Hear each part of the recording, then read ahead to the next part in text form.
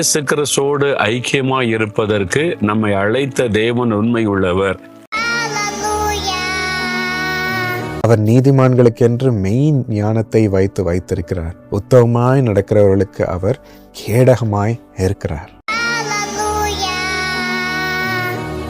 வாரி இறைத்தான், ஏழைகளுக்கு கொடுத்தான்.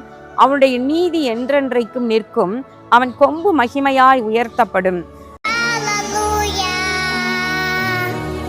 மேலும் நமக்கு அருளப்பட்ட பரிசுத்த ஆவியினாலே தேவ அன்பு நம்முடைய இருதயங்களில் ஊற்றப்பட்டிருக்கிறபடியால் அந்த நம்பிக்கை நம்மை வெட்கப்படுத்தாது.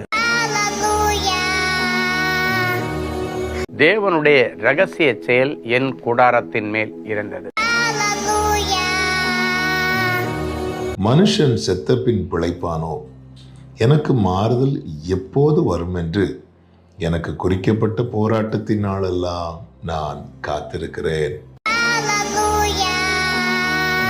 இப்படி நகோமி மோவாபிய ஸ்திரீயான தன் மருமகள் ரூத்தோடும் கூட மோவாப் தேசத்திலிருந்து திரும்பி வந்தாள். வார்கோதுமை அறுப்பின் துவக்கத்தில் அவர்கள் பெத்லகேமுக்கு வந்தார்கள்.